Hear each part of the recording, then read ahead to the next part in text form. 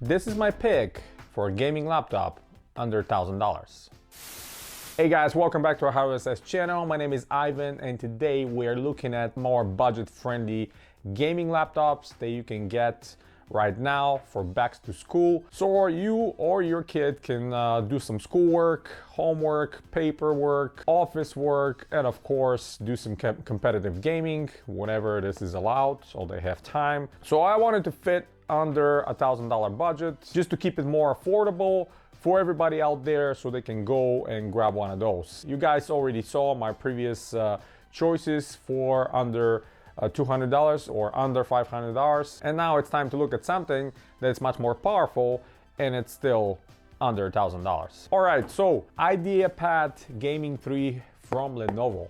Now this one is hard to find just because Lenovo are not yet selling it on the US market officially, I guess, because if you go to their website, the maximum spec one you can get is with RTX 3050 or 3050 Ti, one of those, doesn't matter.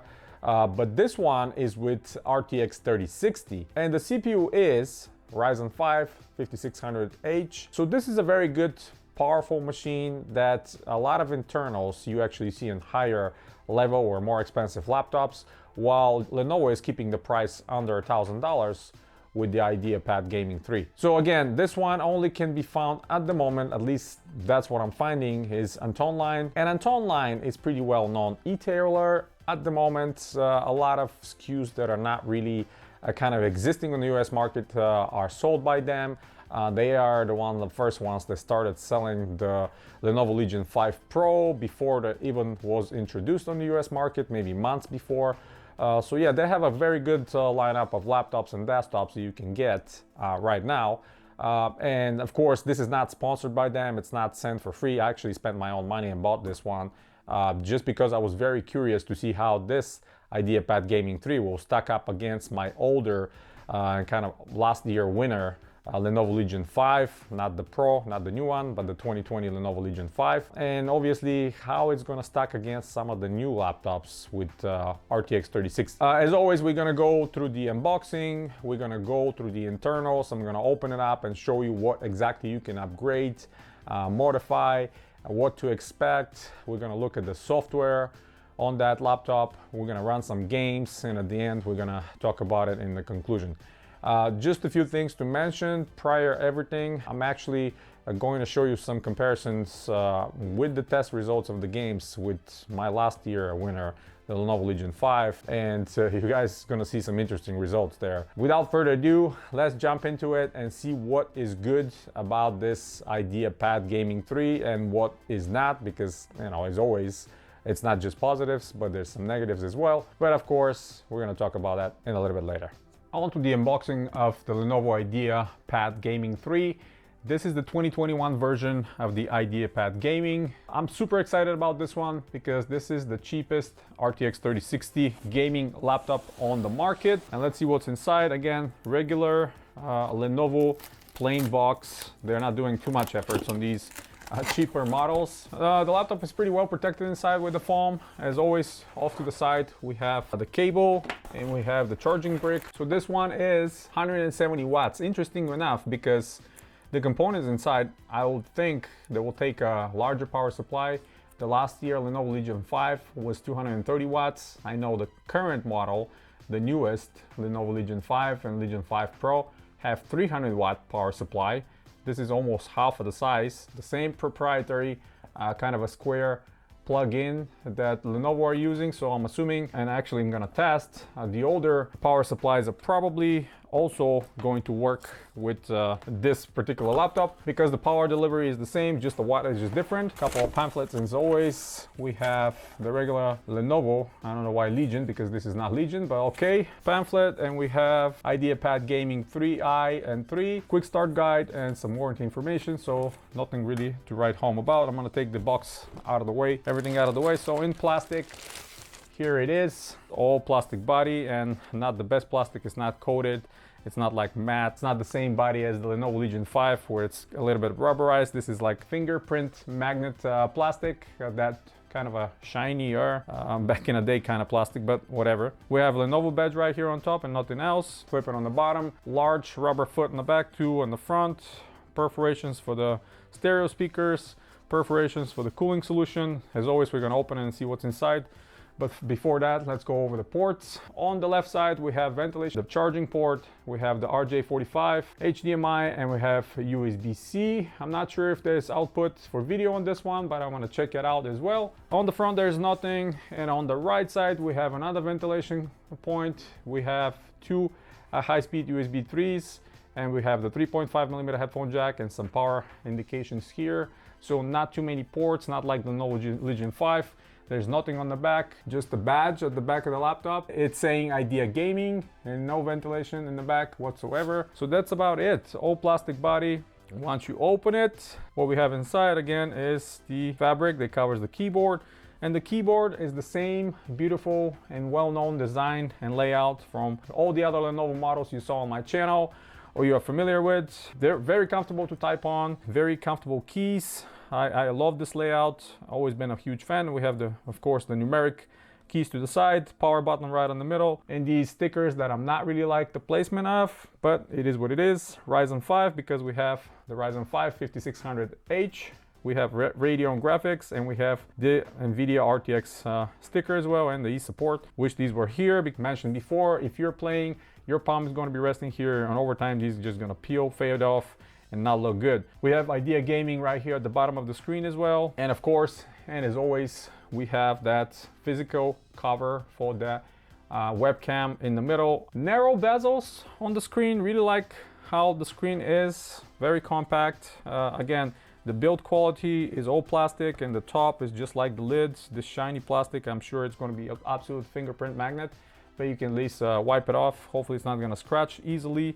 But definitely cannot beat the last year champion of the budget gaming, the Gateway Creators Edition, which was all metal body, lids, top, pretty much everything was metal. For $650, that was absolutely killer, but now the prices are different, we know. So under $1,000, this is what we get. So yeah, let's go ahead and open it, see what kind of internals we have, what can we upgrade, and then from there, we're gonna move on to some gaming, some tests. And of course, at the end, we're going to talk about in the conclusion if this is a valuable choice right now under $1,000 to get and play games and do work and all kinds of stuff.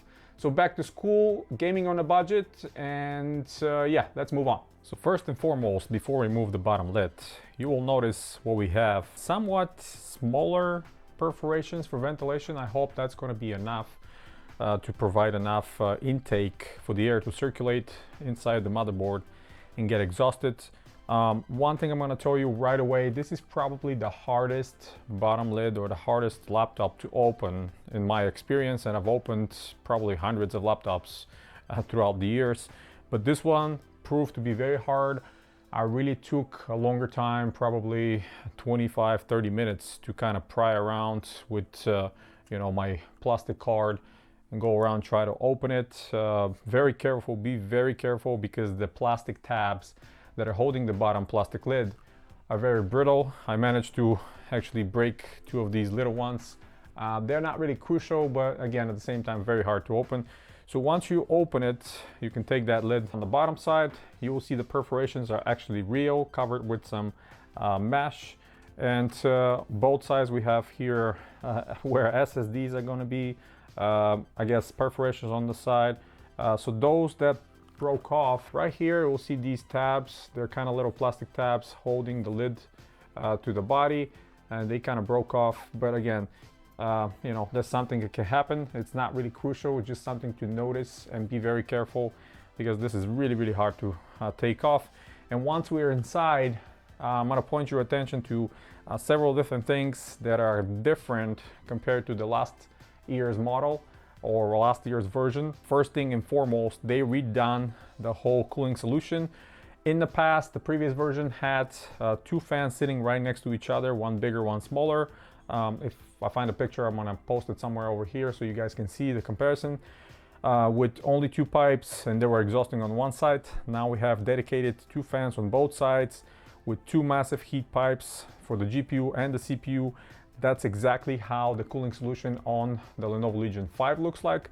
So seems like they lifted up the same cooling solution and implemented it here. You can see we have a copper base for these components, for the memory right here on the GPU and for the CPU. So that's a very good design. We'll see how that actually is going to pan out in games and if it's going to be productive and beneficial. RAM is covered with this metal shielding. We have the battery on the bottom.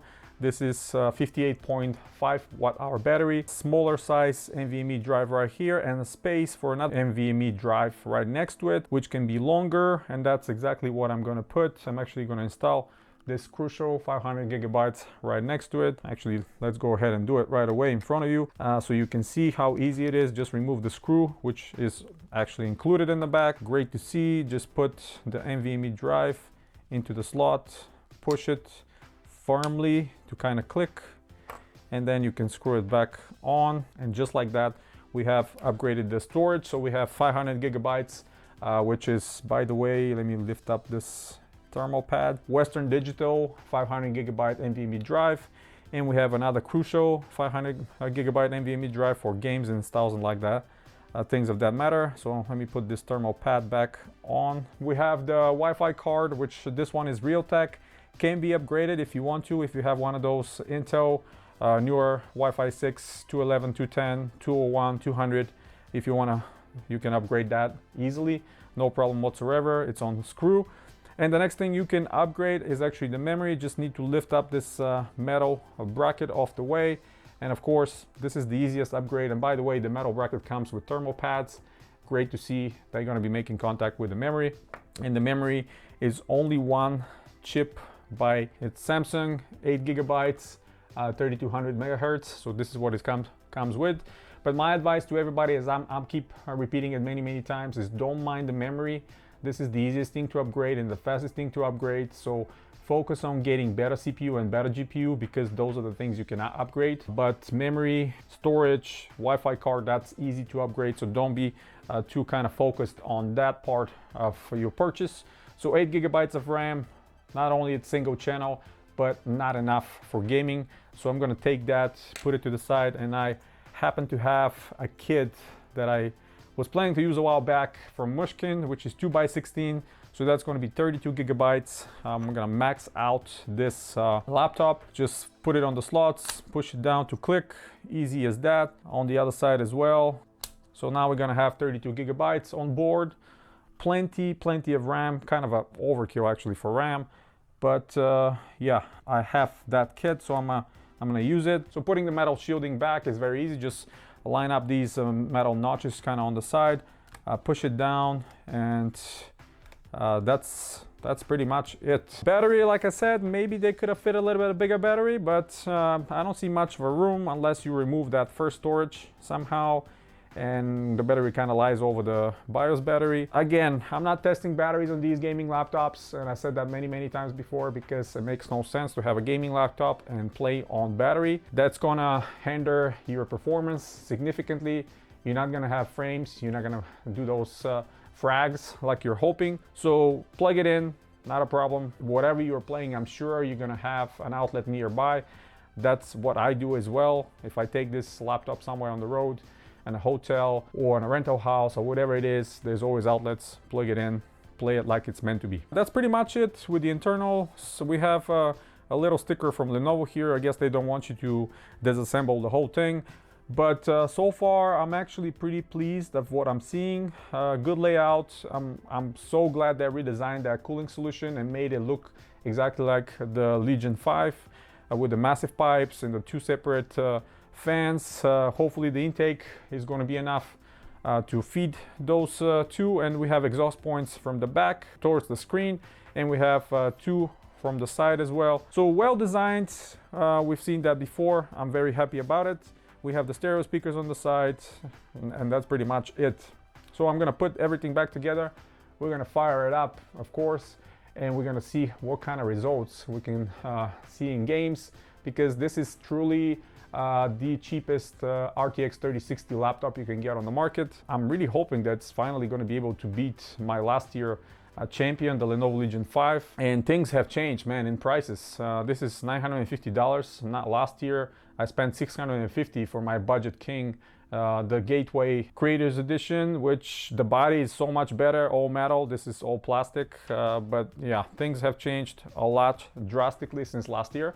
So let's go ahead and close it, and then we're gonna fire it up and see what kind of results we can get. Before moving to the game test and all, quick overview.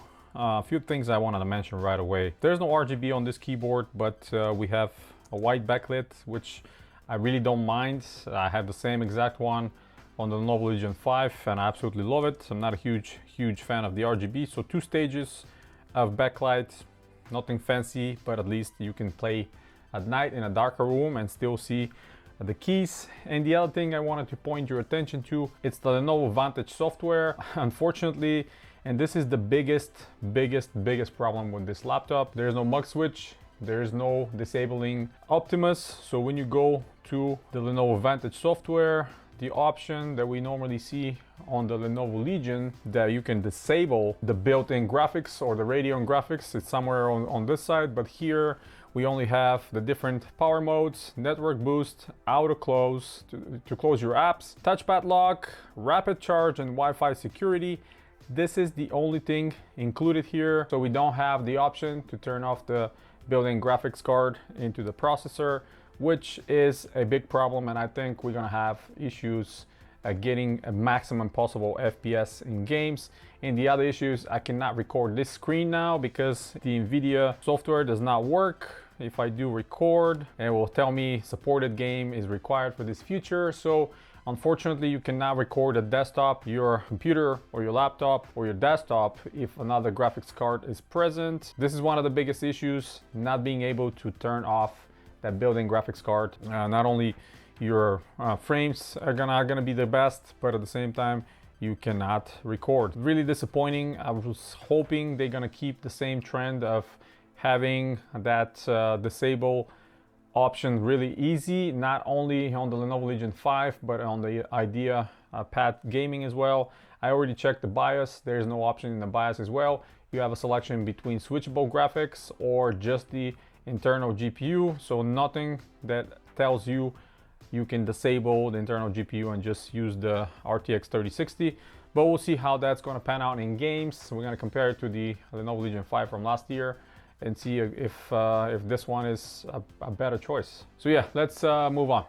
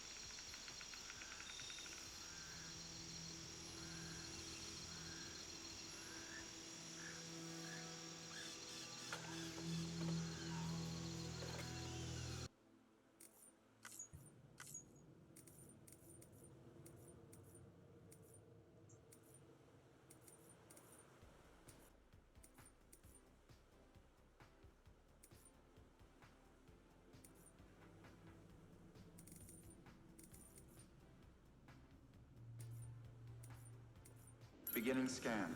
Scanning bridges ID. Verifying ID. Clear. Weapons detected. All weapons will be locked until departure. All clear.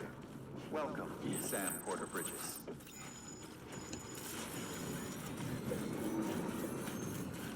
Weapons restrictions lifted. Keep on keeping on.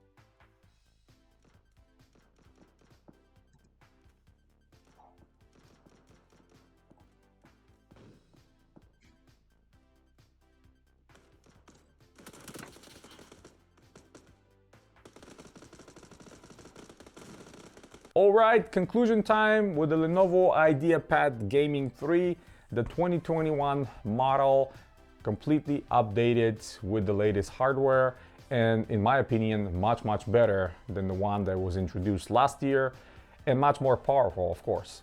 Now, let's start with the positives and why I think this is the best gaming laptop you can get under $1,000 right now. First thing and foremost for me is performance and power. So in internals inside of this IdeaPad Gaming 3 are top-notch. We have latest generation Ryzen 5 5600H. This is 6-core, 12-threaded Ryzen latest generation processor, 19 megabytes of cache, very capable for all sorts of work, not only office, video rendering, anything associated with content creation, but also gaming. Very powerful and very potent processor. So realistically, this is kind of like the best middle ground you can get in CPUs inside laptops. If you don't want to spend a lot of money on the next one, the 5800H, this one is very good and it performs excellent. Of course, paired with this CPU, we have the nVidia RTX 3060. And again, this is the cheapest RTX 3060 based laptop on the market I can see, at least the one that it's worth buying, and it's powerful enough that you're gonna be enjoying. So that two combination is great, and getting these two components inside of under $1,000 body, it's actually good. Another great thing is seeing that Lenovo implemented the same style of cooling and kind of lifted off basically off of the Lenovo Legion 5 from last year, with the two massive heat pipes going off to the side, two fans exhausting a lot of hot air. That's why this laptop is running very cool. I never saw temperatures going over 90 degrees, which to me is very surprising, because I've played with some top level and much more expensive gaming laptops where we hit thermal throttling, where we are above 95 degrees, approaching 100 degrees.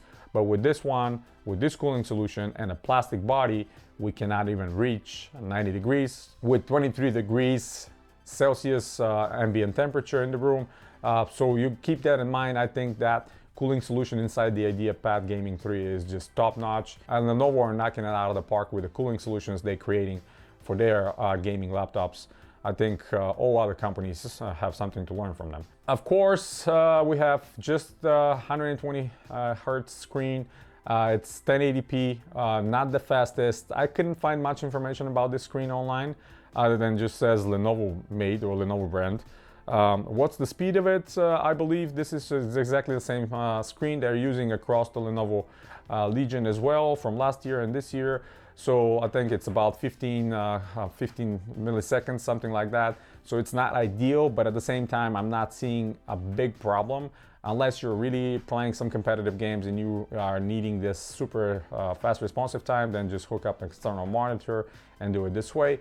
But for most of the people, it's fine. And it's 250 nits. Realistically, when you're inside any house or any room, that is plenty. It's plenty bright. You're not going to see any problems. Obviously, panels will vary from laptop to laptop. Mine had tiny bit of a light bleed kind of on the bottom right corner, but again, it doesn't bother me, especially when you have a content in front of you, games, or you're watching something, you're not gonna notice it that much. Port selection is pretty minimal, but again, we're having a budget gaming laptop here, no SD card reader, only 2 USB ports, nothing fancy, no ports in the back, which that's one of the best things about the Lenovo Legion 5. Almost all the ports on the back kind of out of the way. Here you're stuck on the side, charging on the side and all that stuff, so not ideal. Another great thing is you can get inside, somewhat difficult, granted, but you can get inside. You can upgrade the storage, add additional storage, upgrade the memory. As you saw, I upgraded the 8 gigabytes of RAM that comes with this laptop to 32 gigabytes, super easy, no problem. You can upgrade the Wi-Fi card. So upgradability there's options there. Battery is okay. Again, I'm not testing batteries for gaming laptops. It makes no sense to play on the battery. So just keep that in mind. If it's a strictly office-based laptop or ultrabook that you're going to be relying a lot on the battery, yeah, I can test that. But for gaming, it doesn't make sense. If you're gaming, plug it in. Otherwise, you're going to suffer some major FPS loss. Obviously, the body being all plastic doesn't look as premium as some other metal offerings, even compared to the last year Budget King, the Gateway Creators Edition. There was all metal. Can't even be compared to the Lenovo Legion 5 with its kind of like matte rubberized cover. This is all glossy plastic or kind of shinier plastic, not really glossy, but fingerprint magnet and probably prone to scratches, so you got to be careful with that. And it's time to address elephant in the room in this situation, not being able to turn off Optimus. Now that I've mentioned that before, that's a big problem. If you want to achieve better frames, you saw in the games that Radeon GPU constantly gets taxed with like 10-15% of usage, while you actually have to use, or supposedly are using, the RTX 3060. So that's a problem. Compared to my last year winner, the Lenovo Legion 5, we are seeing less frames in games with this laptop, with much more powerful processor and much more powerful graphics card. So technically this should be doing a lot better, but in fact it does not. For gaming, I use the performance profile and the Lenovo Vantage software with the suggested overclock as well, similar to what I did with the Lenovo Legion 5. And again, the Lenovo Legion 5 beats it pretty much in all games with 5 to 10 average frames, which again, my advice to you, if you already have the last year Lenovo Legion 5 with RTX 2060, don't buy this, just stick with it, play with it for a couple of years more, probably it's going to be good. But if you're on the market, obviously this is the choice. I really hope that Lenovo is going to release a BIOS that will allow you to turn off the Optimus, but I don't think that's going to happen, just because they want to reserve that option for the Lenovo Legion kind of series. That way, the performance is bigger there. They want to veer you off towards the Legion options, so you can spend a little bit more money and get that option. With the IdeaPad Gaming, they're trying to stay within like budget areas, and obviously that handles the performance, because the cooling solution of this laptop can handle it, no problem. It can definitely handle the heat coming out, even with the overclock of the GPU, no problem whatsoever. So I really don't understand why just not give us an option. I believe that if they give you the option to turn off Optimus, you can see at least 10 frames more across pretty much all games. So this laptop can easily beat the Lenovo Legion 5 from last year. But with Optimus not being possible to be disabled, that's what we have. So yeah, in conclusion, what can I say? I believe under $1,000, this is the cheapest RTX 3060 base laptop, and it's still the best buy right now because most laptops with that GPU are a lot more expensive, at least a couple $100, and this is actually a lot better than Asus TUF Dash 15 that I reviewed a while back, because the CPU here is like twice or more powerful than this one, so it's not really the bottleneck here. The issue is the not being able to turn off Optimus, but that's the same case with the TUF Dash 15. So yeah, for under $1,000, I definitely suggest getting this one. Antonline are selling it not only directly from their website, but through Amazon, through Walmart, so you can find them across other e-tailers that they sell through. And you're feeling more comfortable going through Amazon or other websites, go ahead and buy it from there. But I'm definitely liking it. I'm actually gonna save this one for myself and use it so I can test the laptops and compare it to this one. And I'm really crossing my fingers that sometime in the future, maybe Lenovo can provide us with a BIOS that we can turn off Optimus and then really unleash the power of the RTX 3060 here, combined with the Ryzen 5 5600H. Yeah, long story short, I really like it. Under $1,000, best pick for me right now. And that's pretty much it, guys. If you want to support the channel, check out the link in the description below. Hit the thumbs up if you like the video, subscribe if you're new, stay tuned to the channel, and as always, you have a wonderful day.